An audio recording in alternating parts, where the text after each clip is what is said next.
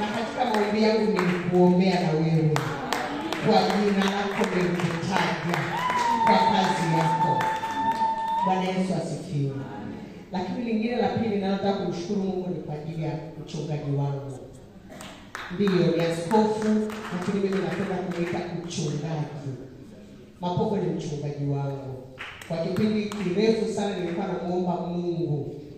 Namuomba Mungu amponye Mapogo. Ili wale wote waliosema mambo mengi maovu juu yake kwa sababu ya jaribu alilokuwa anapitia, waje waone hakika Mapogo anamtumikia Mungu aliye hai. Wajue kabisa kwamba Mapogo anamtumikia Mungu anayeponya. Ili siku moja tukisimama kushuhudia, tuseme Mungu anaponya na alimponya mchungaji wetu. Ndio mwingine wanamuita askofu, lakini sisi hapa kwetu yeye ni mchungaji. Mnajua wakati hayupo kanisa lilikuwa halina mchungaji. Kanisa mchungaji wakati haupo tumepelekeshwa na Jacob sisi. Mungu ndo anajua. Ametufungisha tatu kavu. Sijui unaelewa? Lakini katika yote haya tumemwona Mungu. Na katika hiyo tatukao tumemwona Mungu akikuimarisha. Tunajua kwamba sio kwa uwezo wetu, sio kwa ujanja wetu, lakini Mungu tunayemwabudu, yule Mungu unayetufundisha hapa kanisani, yule Mungu ambaye ameiweka hii madhabahu, yule Mungu aliyekupa haya maono, ndiye aliyetufikisha hapa tulipo. Nataka kukwambia kwamba kuna watu waliokoka hapa kanisani.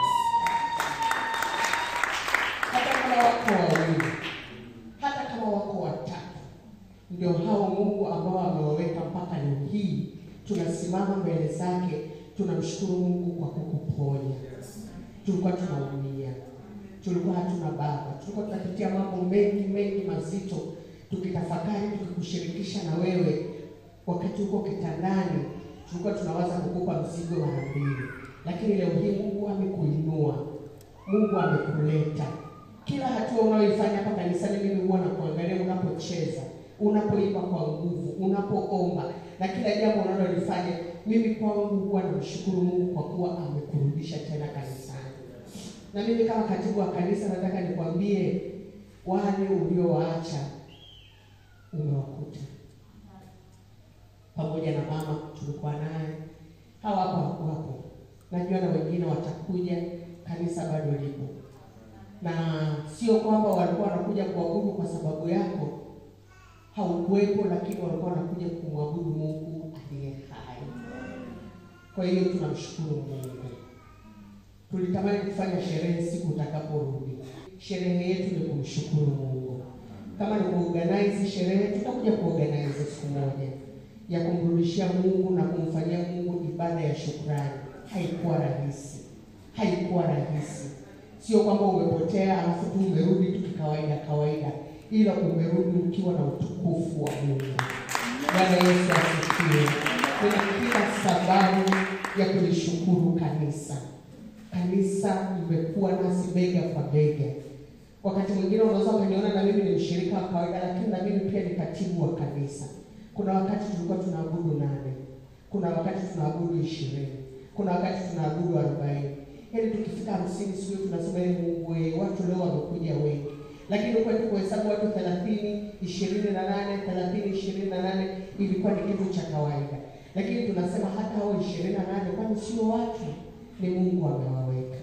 Niwashukuru kanisa ambao mlikuwa bega kwa bega kwa kiroho pamoja na kimwili kuhakikisha kwamba kanisa na huduma inasonga mbele. Mchungaji, tuna kazi ya tiles.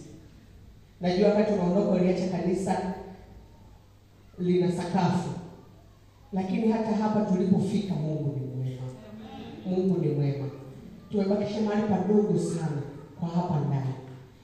Tunaamini ya kwamba hata kule nje tutaweka tiles.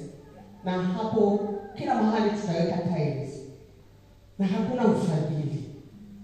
Ni hawa hawako na utuoni. Tumetoa 1,000, 2,000, 5,000. Kuna wengine hawajatoa kabisa. Lakini hawajaacha kuja kanisani pamoja na kutokutoa kabisa. Kuna wengine wametoa wakamaliza, wakarudia tena, wakarudia tena, wakarudia tena, ili mradi tu kwamba nyumba ya Mungu na yenyewe ipendeze kama zilivyo nyumba zetu. Jamani, mimi namshukuru Mungu. Mwisho kabisa namshukuru Mungu kwa kuwa amenilinda. Mungu awabariki.